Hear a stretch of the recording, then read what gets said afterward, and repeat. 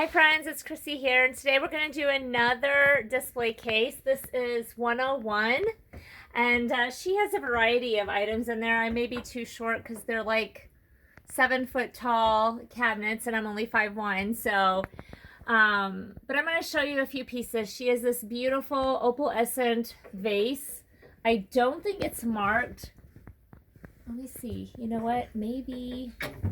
Usually she puts, if it is, if I could do this without breaking, it would be fantastic.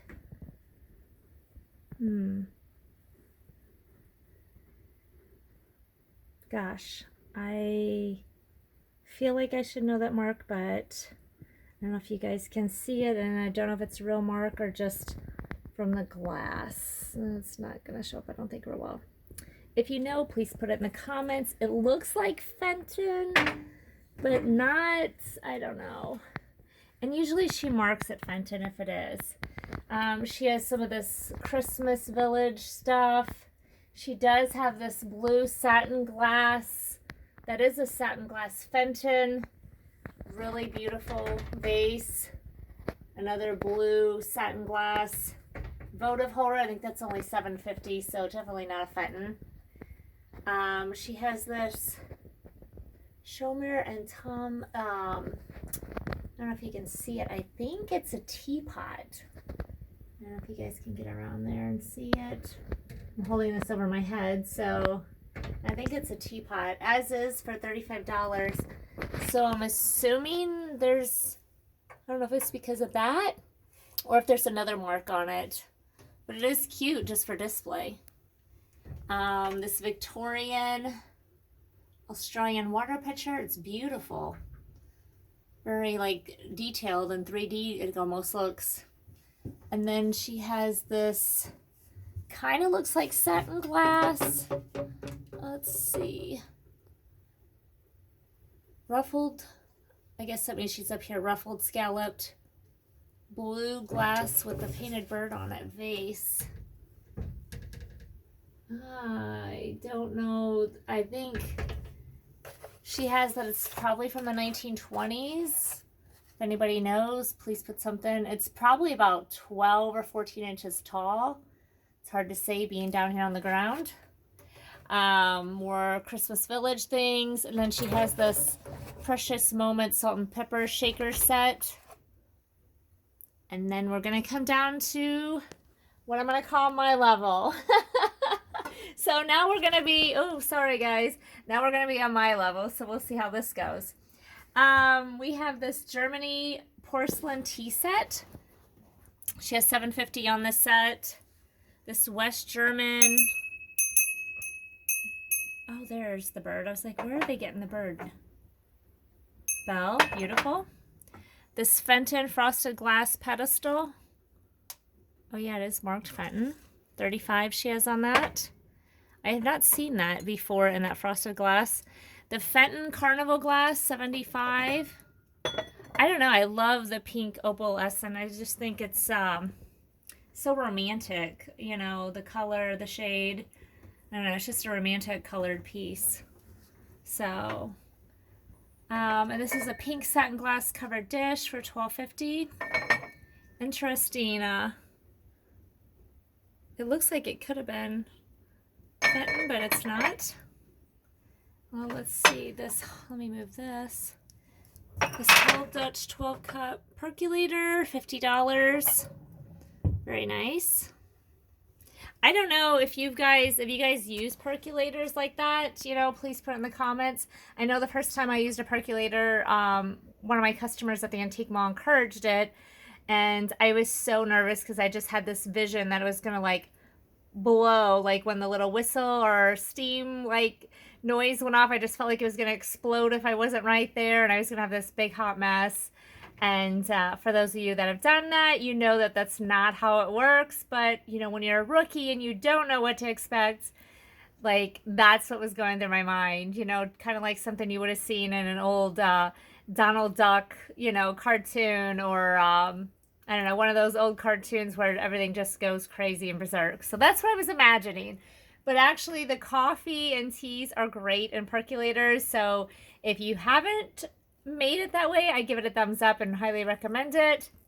I don't do it on a regular basis because of time, but I really wish I would, you know, maybe get up a little bit earlier to do that, but it's not been on my high priority list yet, but I need to get there. So anyway, side note, rant, sorry about that, guys.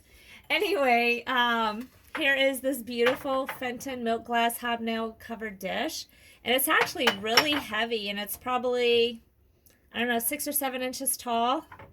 Really nice piece. I mean, hobnail and white milk glass, I mean, you can use that in almost any kind of decorating, I think. Here's a Preston cup and saucer, and it is marked. That's really beautiful.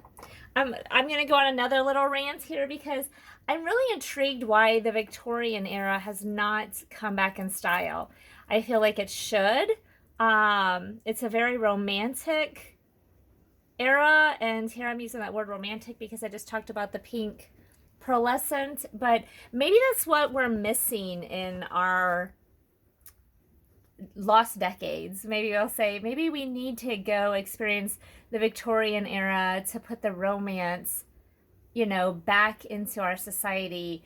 And I don't just mean like, you know, for the relationship, but I mean just having that romantic energy within our living and our shopping and just everything. It's a lovely, beautiful energy and look, and I don't know. I would love if it comes back. Put in the comments and thumbs up if you think that, or what decade or era do you wish would come back sooner than later. But anyway, off on that rant. Again, beautiful Victorian teacup and saucer, and it's kind of shaped differently versus a traditional little teacup. And here we have the Mark and Girther's flower. Now, I'm not familiar with this brand. Looks like it's marked in there. But let me set this down and see if there is a marking on the bottom. Oh, there you go. Austria. So if you guys can see that there. It's a square, probably about 5 or 6 inch square maybe. And then we got the Looney Tunes Tweety tumbler glass. We have this teal glass pear fruit, kind of like an opalescence metallic look to it for $27.50. Oh, please don't drop anything. Okay. I do love Carnival Glass. I don't know, it's intriguing, it's sparkly, I don't know, I've always loved it. And like this orange color is great, especially when you're decorating for fall, but you know, you can use it all year long one way or the other. But this is a Imperial Carnival Glass in the orange, and she has $50 on this piece. So it's probably my hand, so probably about 6 inches tall. She has this pear-shaped, I guess it's a dish with the lid. It says as is, so there must be something with it. And then this is a really pretty mid-century looking blue pitcher with gold leaves. I don't see any markings, but that's beautiful. It's probably about 10 inches tall. And put that back. And then here we have more Imperial Carnival Glass. This still has the sticker on it, so obviously they never used it and cleaned it. $40, and that's a beautiful piece. And then here is a Carnival Glass small dish. I just want to show you, just because she has these here, when you cluster colors together, it just makes a statement and is so beautiful. And I try to recommend that to my dealers when they're staging their booths. Not everybody gets that, but putting light colors together, they complement it in a cluster, and it's just more appealing for the human eye in their shopping. So anyway, a little pro tip right there. This here says, oh, it's a piece of Wedgwood made in England in the green jasper, and it's an ashtray. I see it now, the little dip there. So again, it's, I was going to say Victorian, but maybe not. But that's interesting. There are a lot of people that collect Wedgwood. I don't know how, you know, I'm going to do that. I haven't seen a lot of the green, but this is a 1904 World's Fair souvenir. What is it? Let's see. A Utah gold, silver, and copper concentrates from the 1904 World's Fair. Kind of looks like a bunch of little chopped up gravel to me, but hey, you know, I'm sure they sold the heck out of them. Anyway, here are some amber tumblers. Kind of look like Carnival Glass as well. Oh, I see there's a matching pitcher here, which I think I actually have this pitcher in my own collection because I believe I got it from my grandmother when she passed.